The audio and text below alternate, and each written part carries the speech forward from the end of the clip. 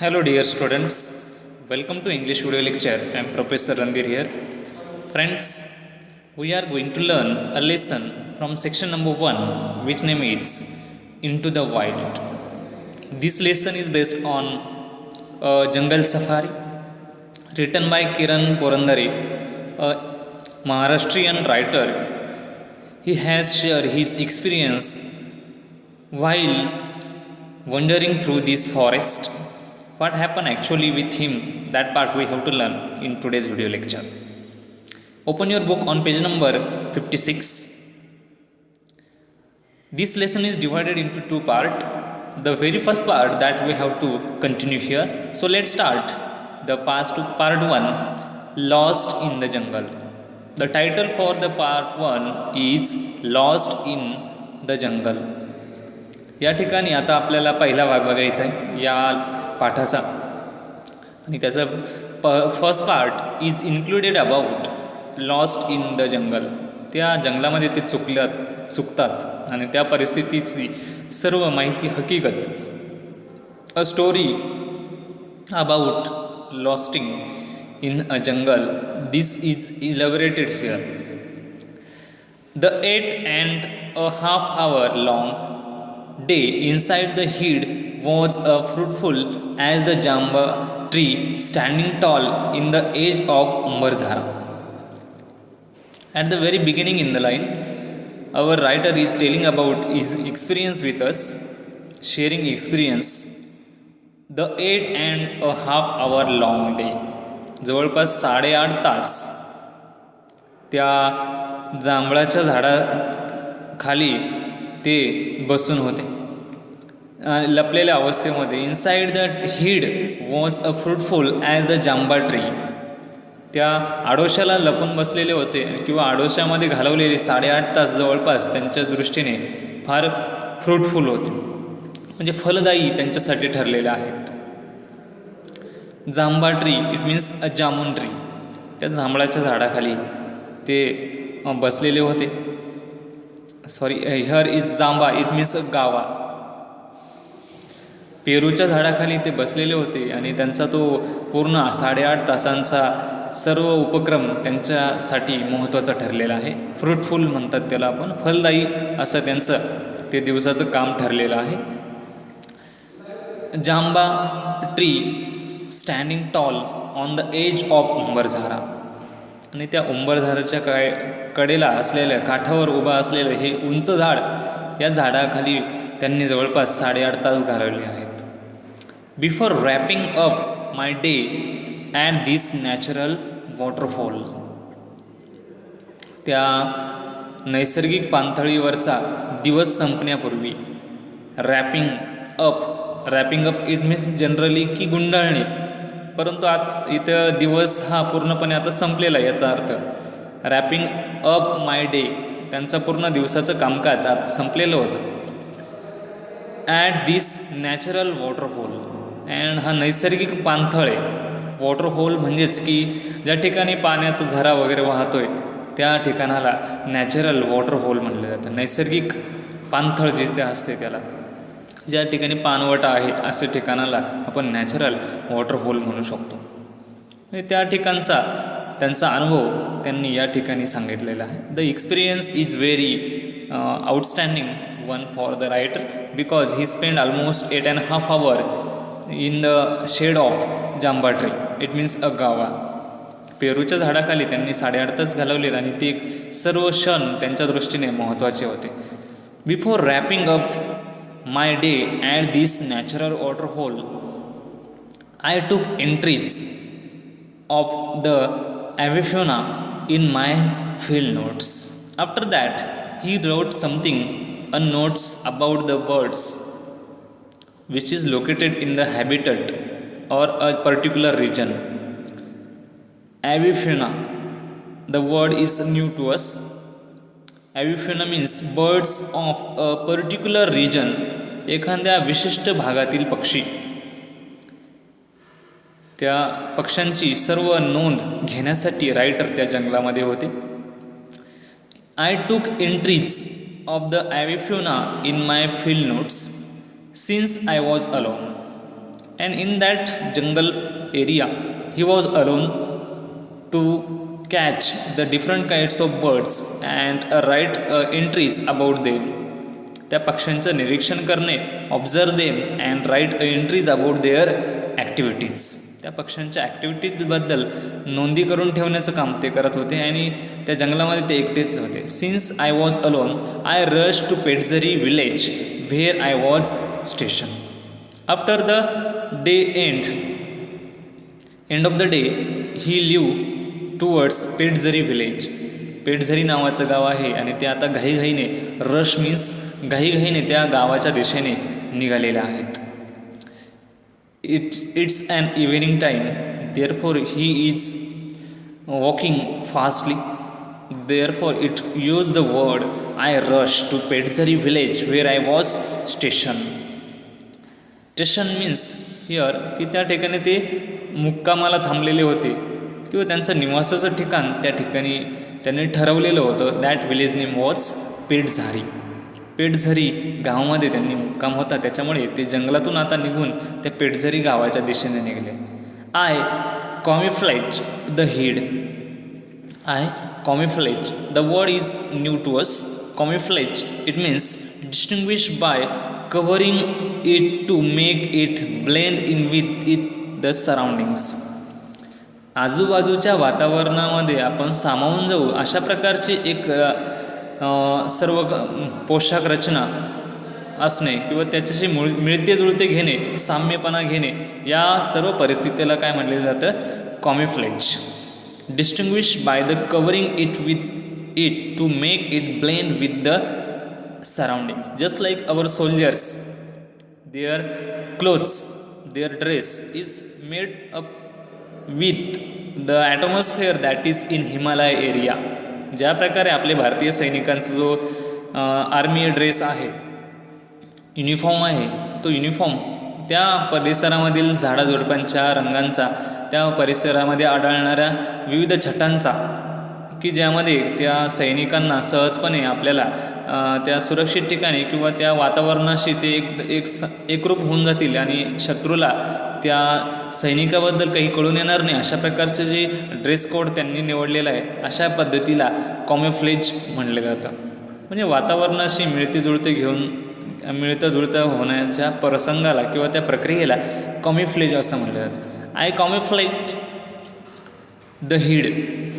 आणि त्या वातावरणाशी मिळते जुळते घेऊन त्यांनी स्वतःला त्या ठिकाणी लपवून ठेवलेलं होतं. टूक माय इसेन्शियल्स केम आऊट. त्यानंतर त्यांनी त्यांचे साहित्य वगैरे घेतलेलं आहे. Took my essentials came out of the hide and stretch out to my hearts content. After that he stretch out his heart content. म्हणजे त्यांनी त्यांचा पूर्ण मनसोक्त आळोखे दिलेले आहेत. म्हणजे त्यांनी त्यांच्या बॉडीवरचा जो ताणतणाव होता तो रिलीज केलेला आहे.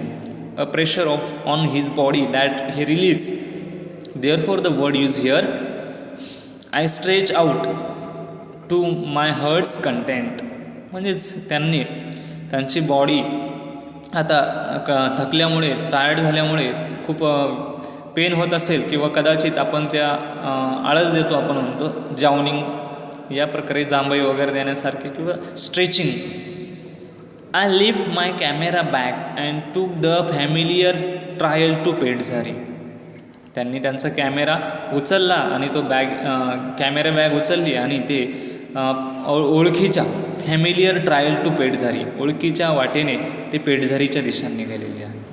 Negotiating the wave leaves of teakwood and moh trees. Negotiating the wave leaves of teakwood and moh trees. त्या परिसरामध्ये असलेले वृक्ष म्हणजे सागाचे वृक्ष आणि मोहचे वृक्ष, त्यांचे वाळलेले वगैरे पानं, या सर्व परिस्थितीतून तो रस्ता कापत ते आता पुढे निघालेला आहे. Trying to make mammal sound. आणि वेगवेगळे आवाज त्या ठिकाणी त्यांना ऐकायला येत होते. I was treading cautiously among the woods. Actually, this area is a jungle area, therefore we must have to precaution or cautious about the danger. आपल्याला जंगलातून प्रवास करत असताना वेगवेगळ्या गोष्टींची सावधगिरी बाळगावी लागत असते. विशेषतः हंटिंग ॲनिमल्स म्हणजे शिकार करणारे जे प्राणी आहेत त्यांच्यापासून आपल्याला सावधगिरी बाळगणं फार गरजेचं असतं. Therefore the writer who was very cautious, ते अगदी सावध होते. आय वॉज ट्रेडिंग कॉशियसली, सावधपणे ते चाललेले होते. अमॉंग द वूड्स, त्या जंगलातून त्यांचं चालण्याचा प्रवास अगदी सावधगिरीने चाललेला होता. Walking alone in a jungle needs more alertness than walking with कंपनियन. बघा, सामान्यपणे एकटा जंगलातून चालत असताना खूप अलर्ट राहावं लागतं. जसं की आपण मित्रांसोबत कंपनियन असेल तर आपल्याला जास्तपणे अलर्ट राहण्याची गरज भासत नाही. परंतु ज्यावेळेस तुम्ही जंगलातून एकट्याने प्रवास करत असाल तर साहजिकच तुमची जी अलर्टनेस असेल ती हाय लेवलची असायला हवी, की जेणेकरून तुम्हाला ज्या संकटाची चाहूल लगेच लागेल आणि तुम्ही त्या संकटापासून स्वतःला वाचवू शकाल. I was alone here like a fox in that wood. He consider himself as like a fox. एखादा कोल्हा त्या एकटा जंगलामध्ये आहे असं त्यांना वाटायला लागलं. फॉलोइंग द ट्रायल सायलेंटली, आणि ते आता त्यांच्या पेठझारी गावाच्या दिशेने निघालेले आहेत. Watching with wide open eyes, डोळे उघडे ठेवून अगदी आजूबाजूचं निरीक्षण करत ते चाललेले होते. माय इयर्सवर, त्यांचे कान, माय इयर्सवर grasping a variety of sounds just when a familiar sound stunned me. वेगवेगळे आवाज त्यांच्या कानावरती येत होते आणि तितक्यातच एक ओळखीचा आवाज त्यांच्या कानावर आला आणि त्यांना एक धक्काच बसला. स्टन मीन्स धक्का बसणे. द साऊंड वॉज खॅक खॅक खॅक, खॅक खॅक असा आवाज होता. It was a langur alarm call and it was a sound from a langur. म्हणजे तो आवाज मंकीजकडून आलेला होता. माकडांची एक प्रजात आहे. त्या माकडांच्या प्रजातीकडून म्हणजेच त्या वानरांचा आवाज त्या लेखकाच्या कानावरती पडला आणि तो ओळखीचा आवाज होता. The sound was familiar from a langur. The leader of the gangs of langurs, त्या गँगचा प्रमुख, was sitting on the tall tree making alarm calls. आणि उंच झाडावरती बसून तो इतरांना अलार्म सावध करण्याचं काम करत होता. त्याच्या आवाजाने सर्व प्राणी, त्याचे जे बाकीचे फ्रेंड्स आहेत किंवा त्यांच्या गँगमधले मेंबर्स आहेत त्यांना तो धोक्याचा इशारा देण्याचं काम करत होता.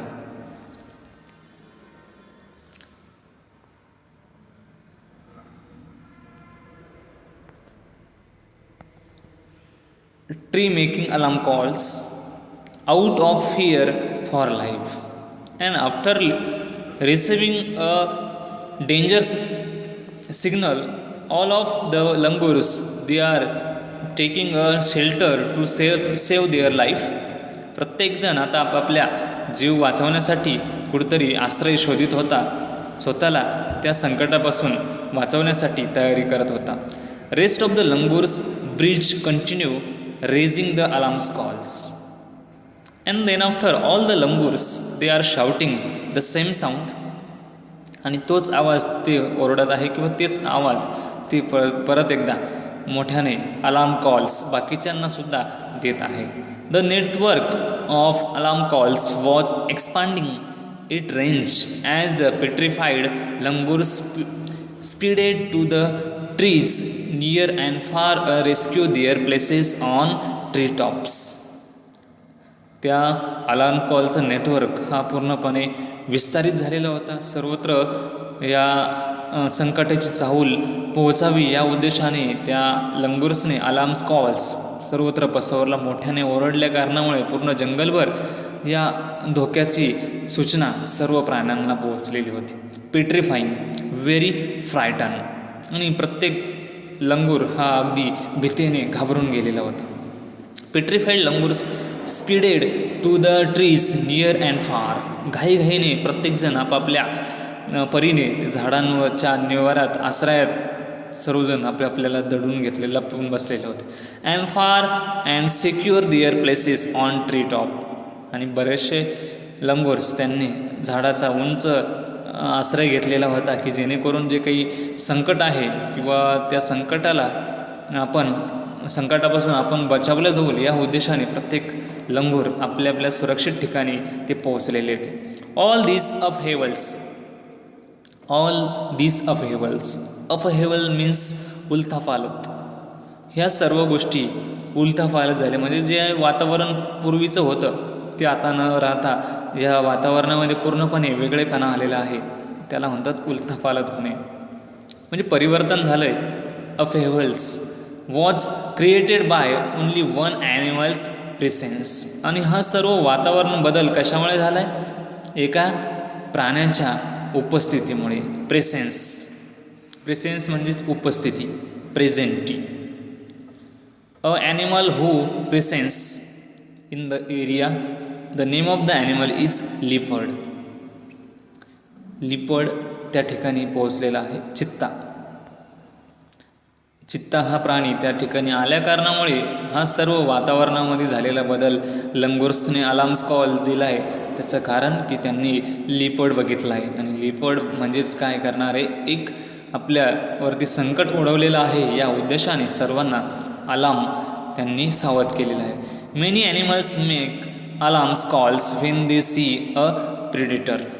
बरेचसे प्राणी अशा प्रकारची अलार्म्स करत असतात किंवा धोक्याची इशारा इतरांना देत असतात की ज्यावेळेस ते भक्षक बघत असतात. भक्षक, प्रेडेटर मीन्स भक्षक, की दुसऱ्याचा जीव घेणारे, दुसऱ्यांना भक्ष्य बनवणारे, that's called predator. Tiger or leopard nearby. वाघ किंवा चित्ता किंवा बिबट्या अशा प्रकारचे प्राणी जर बघितले तर हे सर्व प्राणी अलार्म कॉल्स करत असतात. The langur is most reliable when it comes to finding clues about the presence of the apex predators in the jungle. आणि यामध्ये प्रामुख्याने वानर म्हणजेच लंगूर्स हे फार विश्वसनीय आहेत, कारण की ते झाडाच्या उंच ठिकाणी बसून असतात आणि परिणामी त्यांना लांबवरचं संकट सहजपणे दिसून येतं, आणि एखादा जो भक्षक आहे तो त्यांना सहजपणे नजरेस भरतो, आणि परिणामी ते इतरांना सावध करण्यास अतिशय तरबेज आहेत. Apex predators. आणि जो मोठा भक्ष असतो तो सहजपणे त्यांना लांबूनच दिसून येतो, आणि परिणामी इतरांना आपापल्या जीवाचं रक्षण करण्याचं एक चान्स मिळून जातो. The mighty elusive leopard of Umbarzara was out of its lair. आणि आता आत या ठिकाणी एक असा मोठा इलिसिव्ह व्यापक असा बिबट्या किंवा चित्ता अंबरझारा परिसरामध्ये तो बाहेर आलेला आहे. लेअर मीन्स डेन, गुहेतून तो आता बाहेर आलेला. सिक्रेट प्लेस, त्याचं लपण्याचं जे ठिकाण होतं म्हणजे गुहा, त्यातून तो बाहेर आलेला आहे. He was on the prowl. आणि तो आता शिकारीच्या दिशेने तो वाटचाल करत होता. त्याची दररोजची फेरफटका तो चालत होता. The stealthy moving figure in spotted gold black cloak was spied by these langurs.